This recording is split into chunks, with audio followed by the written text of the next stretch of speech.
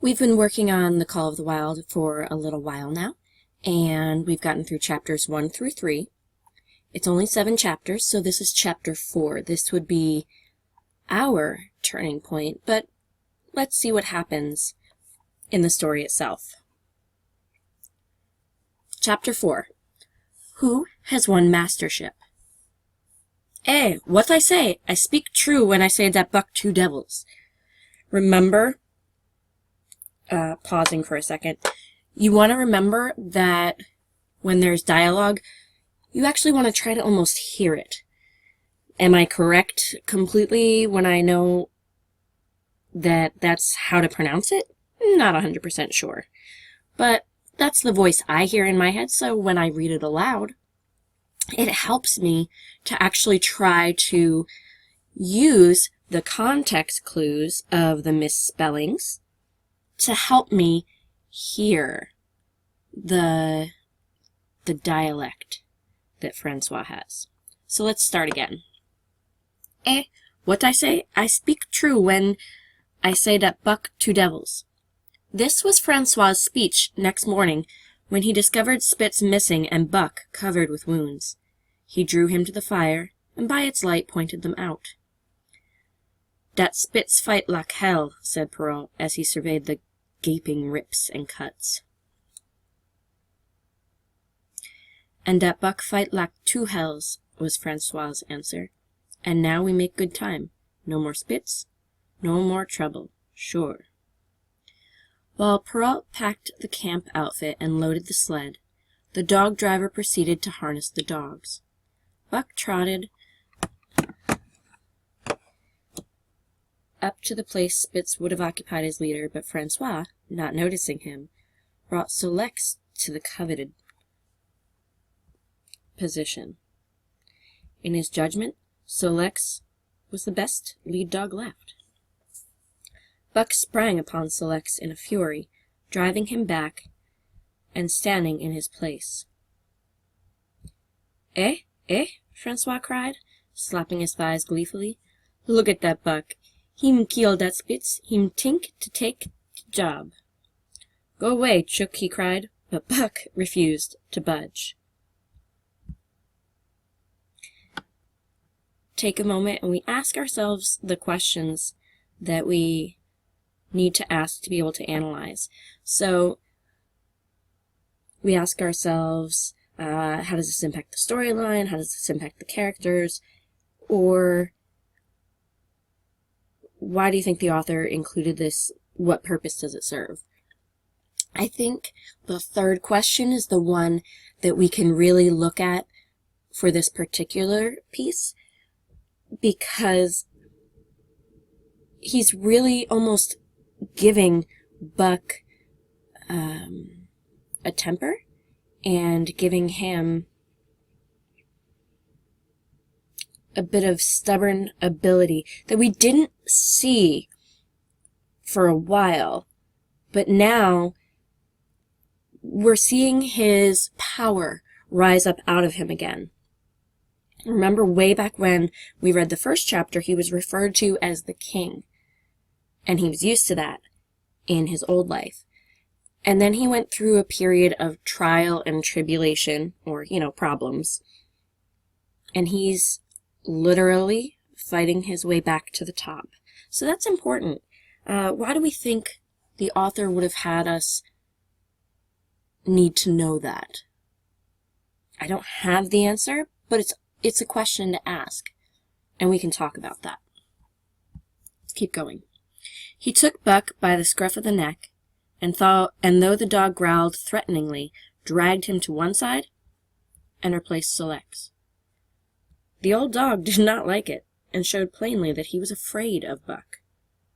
Francois was obdurate, but when he turned his back, Buck again displaced Solex, who was not at all unwilling to go.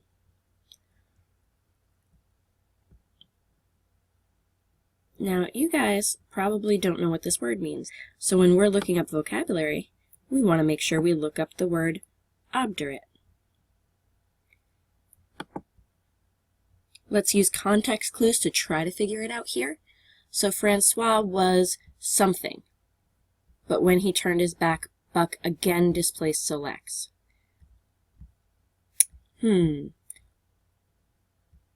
He tries to control the situation, is something that we can get because he leads Sol-leks up to the front, and he tries to physically remove Buck from that first dog position. So what on earth do you think it means? Well, if you don't have a dictionary, we look things up.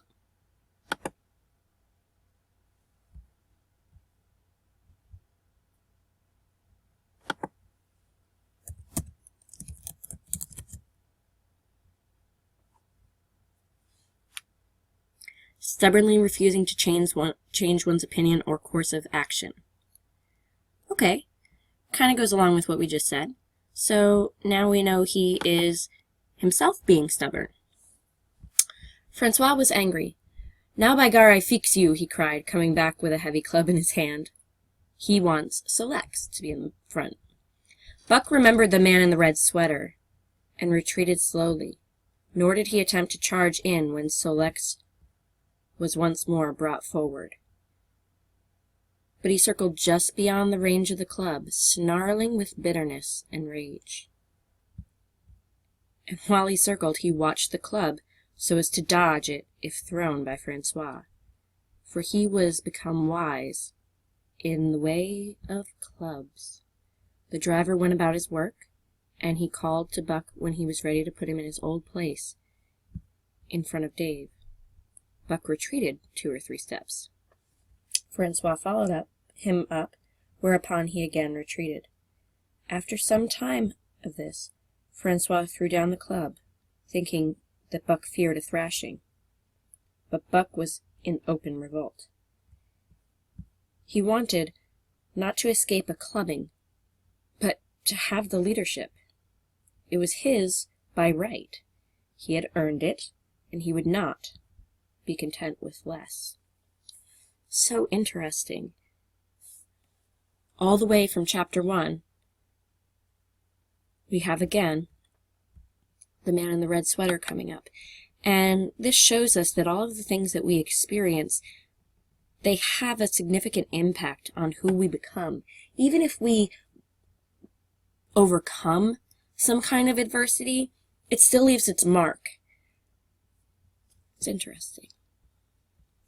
Perrault took a hand. Between them, they ran him about for the better part of an hour. They threw clubs at him. He dodged. They cursed him and his fathers and mothers before him, and all his seed to come after him down to the remotest generation, and every hair on his body and drop of blood in his veins. And he answered curse with snarl, and kept out of their reach. He did not try to run away, but retreated around and around the camp, advertising plainly that when his desire was met, he would come in and be good.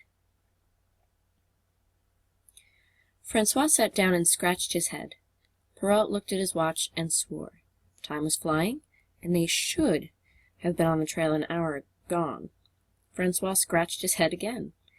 He shook it and grinned sheepishly at the courier, who shrugged his shoulders in sign that they were beaten. At the courier. You probably don't know that word, but if you do, great. We can make some gains of this with context clues as well. So Francois looks or grins sheepishly at the courier. So he's grinning at some particular thing, and a thing is a noun. Well, the only things that we've really got here would be Buck or Perrault. But the courier shrugged his shoulders. So, dogs don't shrug their shoulders. And the person or thing that shrugged their shoulders indicates that they agree that they were beaten. So if you don't know what a courier is, you know that it is Perrault here in usage. But to look it up,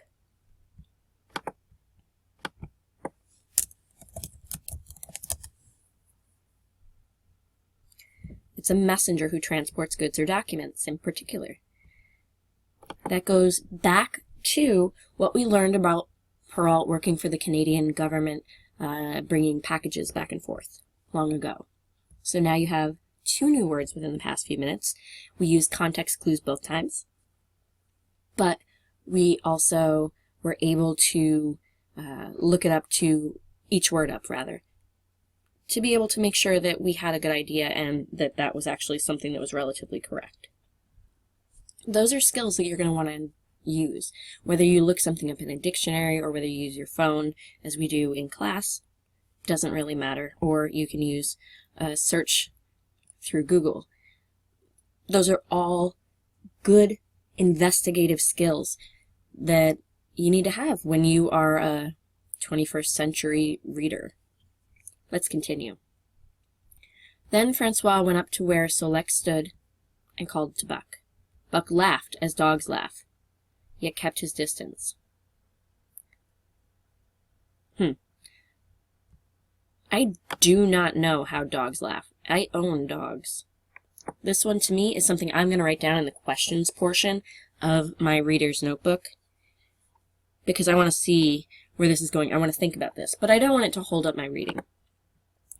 Francois unfastened Solex's traces and put him back in his old place. The team stood harnessed to the sled in an unbroken line, ready for the trail.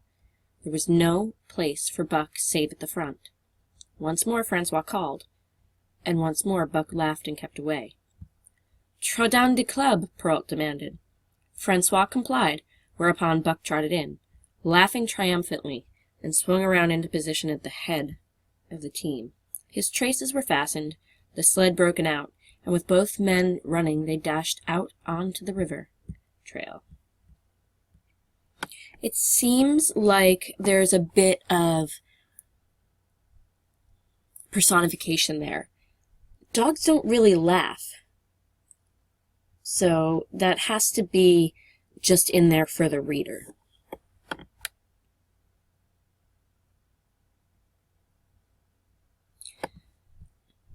Highly as the dog driver had forevalued Buck with his 2 devils, he found, while the day was yet young, that he had undervalued. At a bound, Buck took up the duties of leadership, and where judgment was required, and quick thinking and quick acting, he showed himself the superior even of Spitz, of whom Francois had never seen an equal. But it was in giving the law and making his mates live up to it that Buck excelled. Dave and Solex did not mind the change in leadership. It was none of their business. Their business was to toil, and toil mightily, in the traces. So long as that were not interfered with, they did not care what happened. Billy, the good-natured, could lead for all they cared, so long as he kept order. The rest of the team, however, had grown unruly during the last days of Spitz, and their surprise was great now that Buck proceeded to lick them into shape. Pike, who pulled at Buck's heels, and who never put an ounce more of his weight against the breastband than he was compelled to do, was swiftly and repeatedly shaken for loafing, and ere the first day was done, he was pulling more than ever before in his life. The first night in camp, Joe, the sour one, was punished roundly, a thing that Spitz had never succeeded in doing. Buck simply smothered him by virtue of superior weight, and cut him up till he ceased snapping and began to whine for mercy.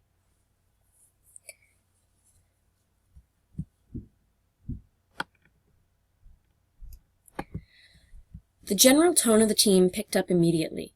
It recovered its old-time solidarity, and once more the dogs leaped as one dog in the traces. At the rink rapids 2 native huskies, Teak and Kuna, were added, and the celerity with which Buck broke them in took away Francois's breath. "Never such a dog as that Buck," he cried. "No, never. He'm worth $1,000, by gar, eh? What you say, Perrault?" And Perrault nodded. He was ahead of the record then, and gaining day by day. The trail was in excellent condition, well packed and hard, and there was no new fallen snow with which to contend. It was not too cold. The temperature dropped to 50 below zero and remained there the whole trip. The men rode and ran by turn, and the dogs were kept on the jump with but infrequent stoppages. So what's interesting to note here, as far as both storyline and characters are concerned, we see that this really truly is something with which Buck excels. It was something to which he was born, if you will, not the life of a sled dog, but the life of leadership. And I want you to consider that. Again, he was referred to as king way back in the first few pages of chapter 1. And all the dogs in his original house, they followed him. They were under him, if you will. So now that he's recovering his position, his rank, he's excelling in that. And this also speaks to the importance of good leadership. And when you work together, when there's not inner quarreling, you can do great things. So this is one of those kinds of lessons that we can learn. As we do overcome adversity, everything gets easier. We can tie it in that way. But more so, if we're all doing the part of the job that we are good at doing, instead of trying to argue or hold different positions than we're really comfortable with, or if we try to keep someone from something just because we don't necessarily want them to be in that position, we're not going to be as good as if we let people, in here, dogs, perform their tasks that they're actually gifted at performing. We're going to keep going.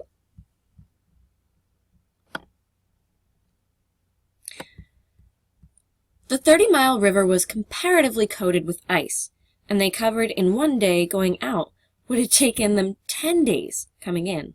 In one run, they made a 60-mile dash from the foot of Lake LaBarge to the White Horse Rapids.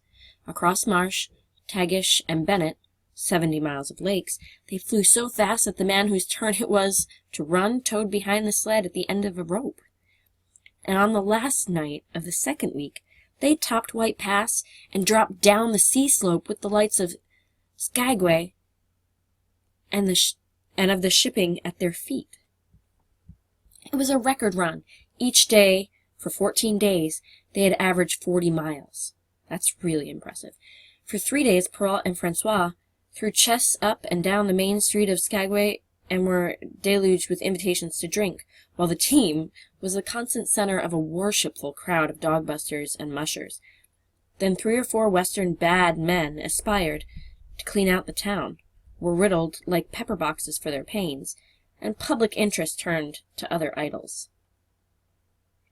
Next came official orders. Francois called Buck to him, threw his arms around him, wept over him. And that was the last of Francois and Perrault. Like other men, they passed out of Buck's life for good. Wow, just pause with me there for a minute.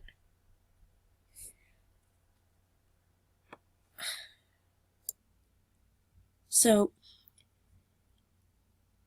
this is interesting. We need to take the time to think about this. In the movie, this particular event was played out very differently. And I want you to take a moment, and I want you to either look back at the notes you took during the movie, or if you didn't take notes about this particular event from the movie, talk to your neighbors, if you have anyone with you, or you can theoretically go back and check out the movie itself, because I do have that uploaded for you guys. In the movie, they put quite a bit more time into this event. Not a ton of time, but quite a bit more time. But this couple sentences, 2, 3 if you want to include, oopsies, if you want to include this one. These few sentences, that's all that Buck gets.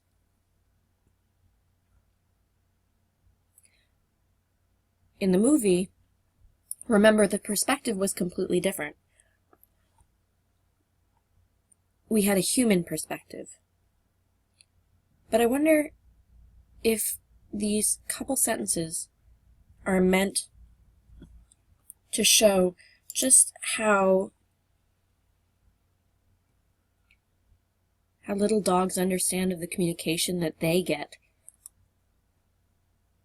in a situation like this, where they're discarded, change owners for whatever particular reason. You've got to recognize that they wouldn't actually be able to understand what was happening. It would just be, and then they were gone.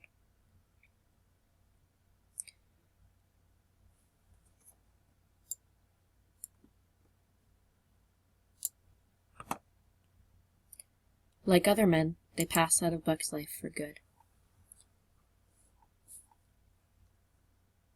It's kind of a shame because he had just been hitting almost his peak there. And you have to wonder what would have happened in the story if he had kept in that line.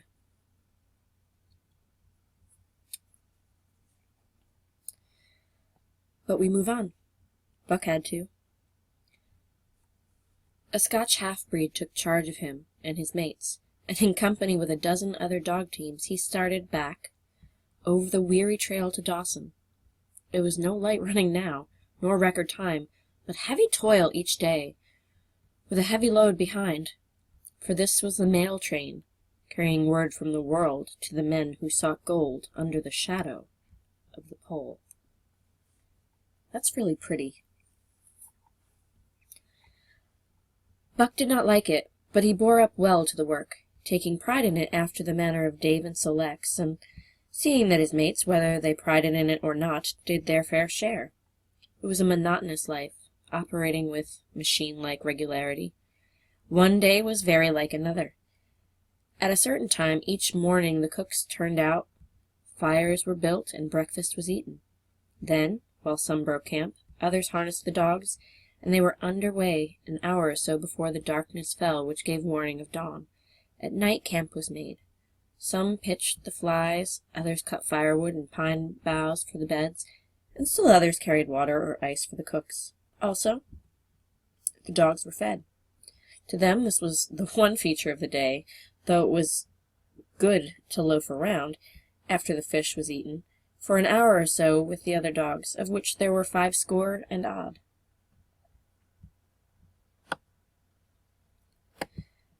There were fierce fighters among them, but 3 battles with the fiercest brought Buck to mastery, so that when he bristled and showed his teeth, they got out of his way.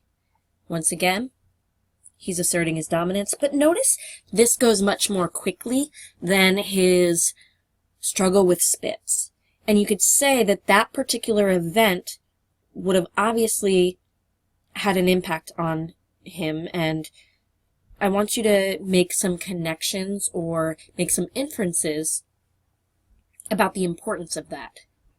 His time with Spitz, as well as his time leading a team, and how that has now changed his character.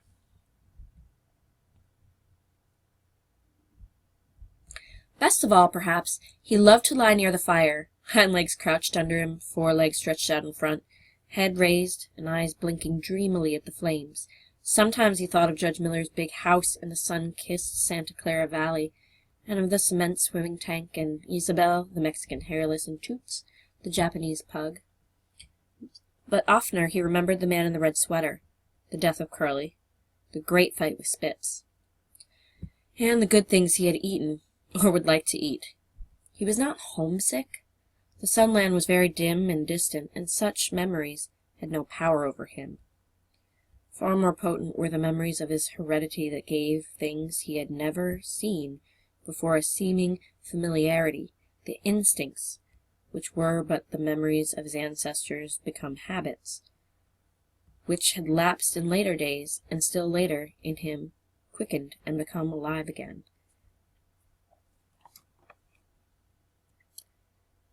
So,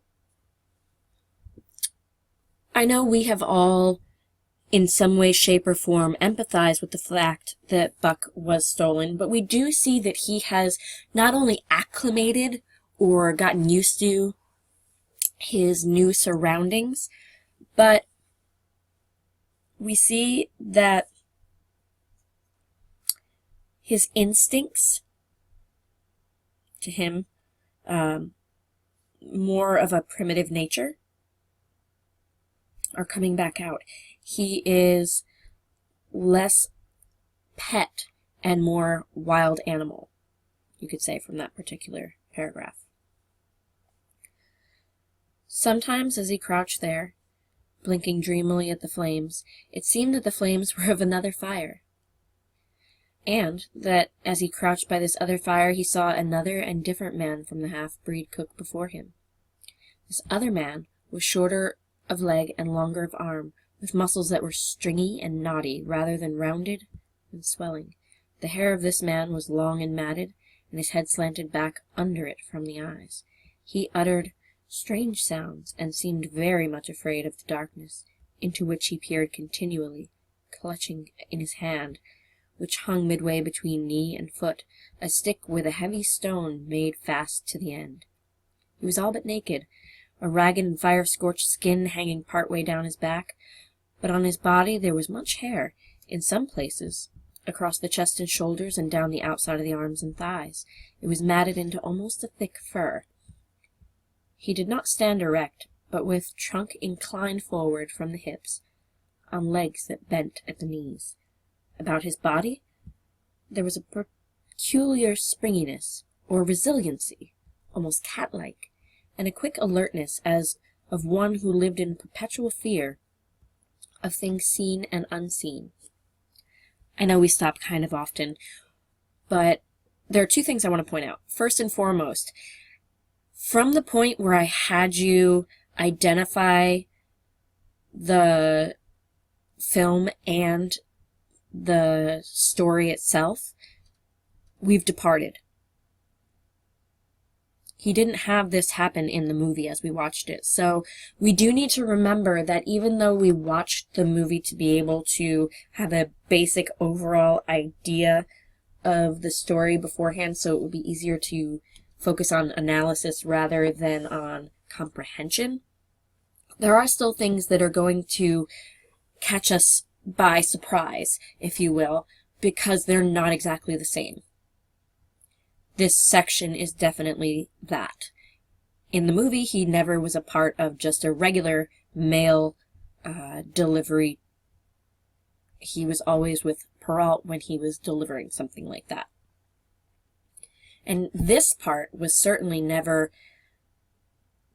expressed in the movie. However, the movie did have him wandering off and meeting up with wild dogs. So I want you to think of how this and that could be considered almost parallel scenes. This here, if you don't understand the man they're describing, the man that Jack London describes, he's talking about the Neanderthal or a caveman. Again, Buck is almost envisioning here a more primitive life. It's fascinating that it's written this way, because this was the way that Jack London could convey how the dog would have a vision of life that he had never, ever personally experienced. It's kind of cool when you think about it that way. So let's keep reading. At other times, this hairy man squatted by the fire with head between his legs and slept. On such occasions, his elbows were on his knees, his hands clasped above his head as though to shed rain by the hairy arms. And beyond that fire, in the circling darkness, Buck could see many gleaming coals, 2 by 2, always 2 by 2, which he knew to be the eyes of great beasts of prey. And he could hear the crashing of their bodies through the undergrowth, and the noises they made in the night. And dreaming there by the Yukon bank, with lazy eyes blinking at the fire, These sounds and sights of another world would make the hair to rise along his back and stand on end across his shoulders and up his neck till he whimpered low and suppressedly, or growled softly, and the half-breed cook shouted at him, "Hey, you, Buck! Wake up!" Whereupon the other world would vanish, and the real world come into his eyes, and he would get up and yawn and stretch as though he had been asleep.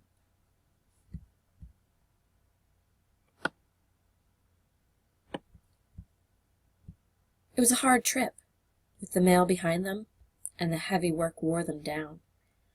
They were short of weight and in poor condition when they made Dawson, and should have had a 10 days or a week's rest at least. But in 2 days' time they dropped down the Yukon bank from the barracks, loaded with letters for the outside. The dogs were tired, the drivers grumbling, and to make matters worse, it snowed every day. This meant a softer trail, greater friction on the runners, and heavier pulling for the dogs, yet the drivers were fair through it all and did their best for the animals. Each night the dogs were attended to first. They ate before the drivers ate, and no man sought his sleeping robe till he had seen to the feet of the dogs he drove. Still their strength went down. Since the beginning of the winter they had traveled 1,800 miles, dragged sleds the whole weary distance, and 1,800 miles will tell upon the life of the toughest. Buck stood it, keeping his mates up to their work and maintaining discipline, though he, too, was very tired. Billy cried and whimpered regularly in his sleep each night. Joe was sourer than ever, and Sol-leks was unapproachable, blind side or other side. So, another quick thing to point out. The only people that have really mistreated him were the ones that were on the way to this new land. Obviously, that had a significant impact on him, and though these aren't necessarily easy circumstances, they are trying to show not necessarily appreciation, but concern and care for the dogs. Whether that is because they like them or because they are reliant upon them, who knows. But it was Dave who suffered most of all. Something had gone wrong with him. He became more morose and irritable, and when camp was pitched at once, he made his nest where his driver fed him. Once out of the harness and down, he did not get on his feet again till harness up time in the morning. Sometimes in the traces, when jerked by a sudden stoppage of the sled or by the straining to start it, he would cry out with pain. The driver examined him, but could find nothing. All the drivers became interested in his case. They talked it over at mealtime, and over their last pipes before going to bed, and one night they held a consultation. He was brought from his nest to the fire, and was pressed and prodded till he cried out many times. Something was wrong inside, but they could locate no broken bones, could not make it out. By the time Qusair Bar was reached, he was so weak that he was falling repeatedly in the traces. The Scotch half-breed called a halt and took him out of the team, making the next dog, Sol-leks, fast to the sled. His intention was to arrest Dave, letting him run free behind the sled. Sick as he was, Dave resented being taken out, grunting and growling while the traces were unfastened, and whimpering broken-heartedly when he saw Sol-leks in the position he had held and served so long. For the pride of trace and trail was his, and, sick unto death, he could not bear that another dog should do his work.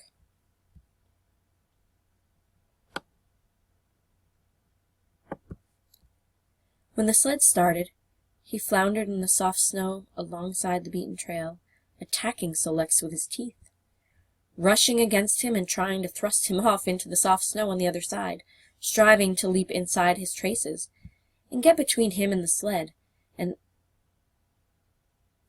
all the while whining and yelping and crying with grief and pain. The half-breed tried to drive him away with the whip, but he paid no heed to the stinging lash, and the man had not the heart to strike harder. Dave refused to run quietly on the trail behind the sled, where the going was easy, but continued to flounder alongside in the soft snow, where the going was most difficult, till exhausted. Then he fell, and lay where he fell, howling lugubriously as the long train of sleds churned by. Wow, lugubriously. Let's stop and take a look at that one. Obviously, the ly makes it an adverb. We know that also because it's describing how he's howling, howling being the verb. But I've got to be honest, not honestly, because that's... Anyway, I'm not sure what that means.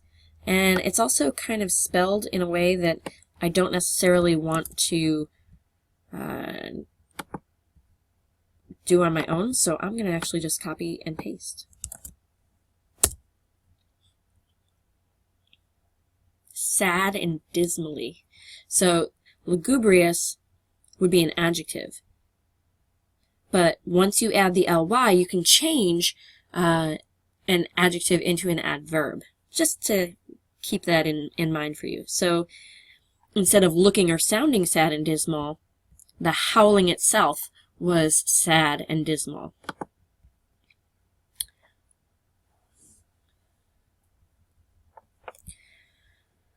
With the last remnant of his strength, he managed to stagger along behind till the train made another stop, when he floundered past the sleds to his own, where he stood alongside Select's. His driver lingered a moment to get a light for his pipe from the man behind. Then he returned and started his dogs. They swung out on the trail with remarkable lack of exertion, turned their heads uneasily, and stopped in surprise. The driver was surprised, too. The sled had not moved. He called his comrades to witness the sight.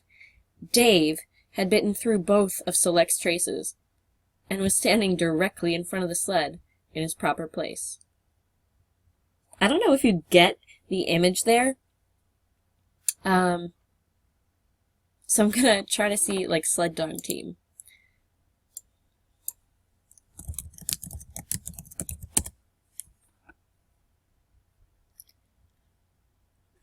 Let's see. This one works.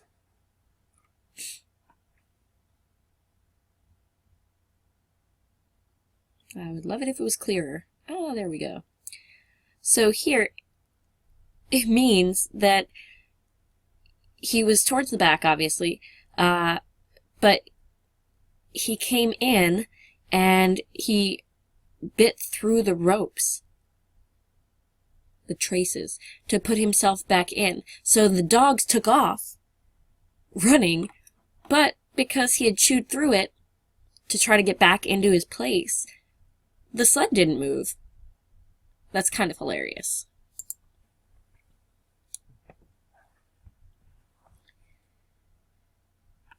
He pleaded with his eyes to remain there. The driver was perplexed.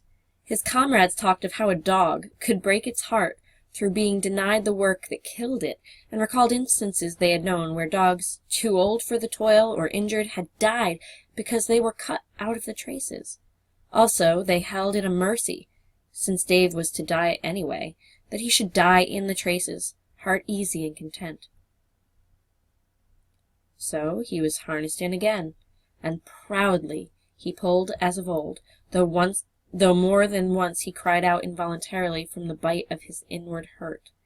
Several times he fell down and was dragged in the traces, and once the sled ran upon him so that he limped thereafter in one of his hind legs. Oh, that's so sad.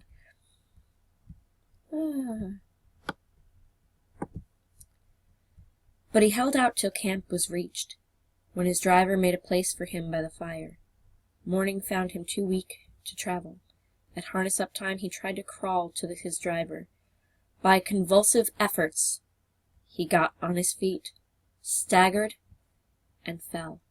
Then he wormed his way forward slowly toward where the harnesses were being put on his mates.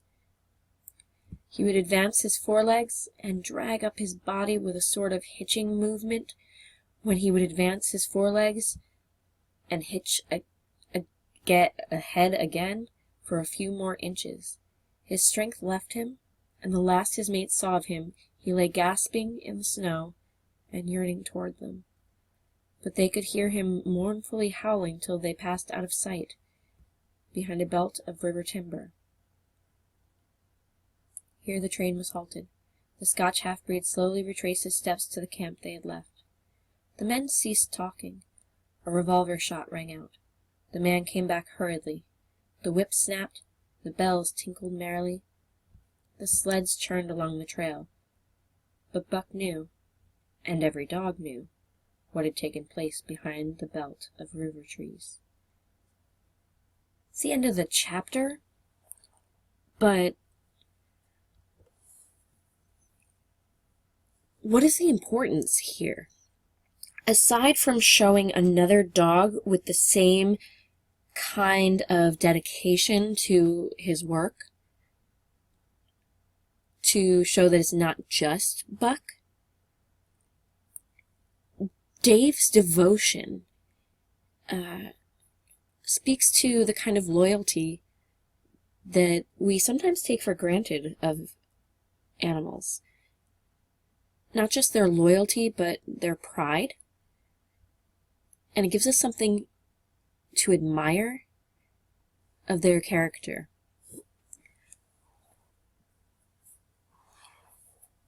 And so these last two paragraphs, however sad, and I did struggle to not have my voice waver as I read them. I know I went a little bit more slowly. I want you to think, why did the man driving the team move the team away from Dave's body and then go back out of sight and shoot him?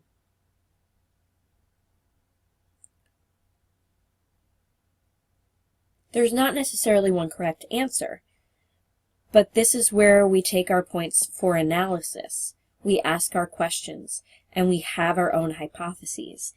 So you're going to talk about this, we're going to share these kinds of ideas, but for me, I think it's to try to give a little bit of respect. And that might sound a little weird because I'm not saying that killing the dog was an act of respect.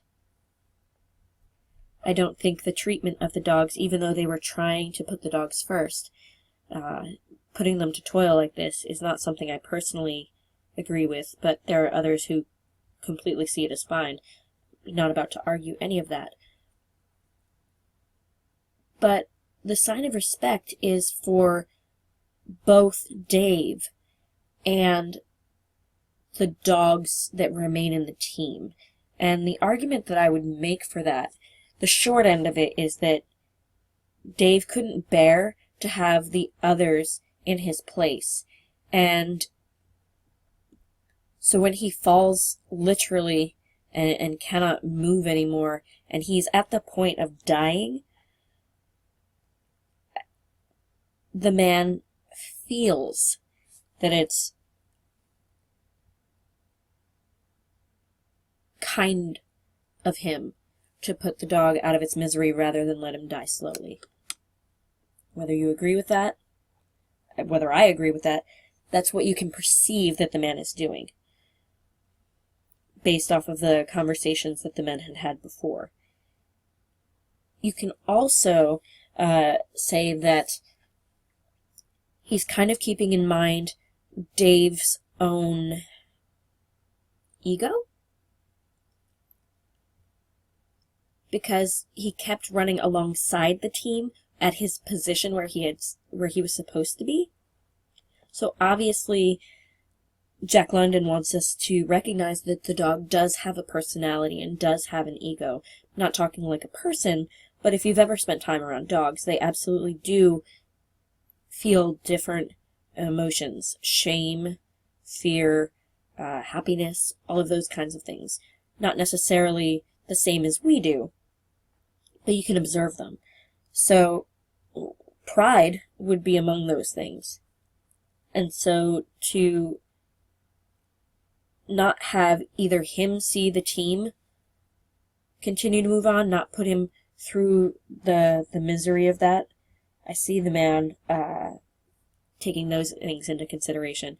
But you can also say that the respect for the other dogs would be that they would all commiserate, and so to remove them from the situation, they don't actually have to see Dave die, which would be more painful than him simply disappearing.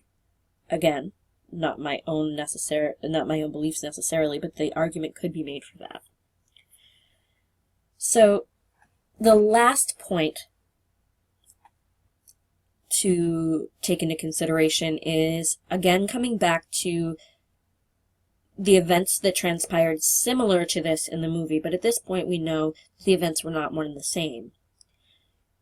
In the movie, we had the two men who were pretty much idiots, and the sister who were just there to try to strike it rich, and they were abusing the team throughout. But they did have a scene where they did have the dog taken off and shot. But the movie played it out much differently. And because you could see that the two experiences were vastly different, it only makes sense that the movie made it look as though it was more an act of irritation on the part of the man who was impatient even with his sister, versus this, which seems more like the man thought he was doing an act of mercy. So the reason being for that would touch upon character development. So take a moment, and this will be the last thing for this particular chapter, and then we'll be moving forward. How does the action of the man in the story display his character traits? What does it say about him as a person? And how does that contrast or show difference from the man who was abusive in the movie? Once you've done that, we're done with chapter 4.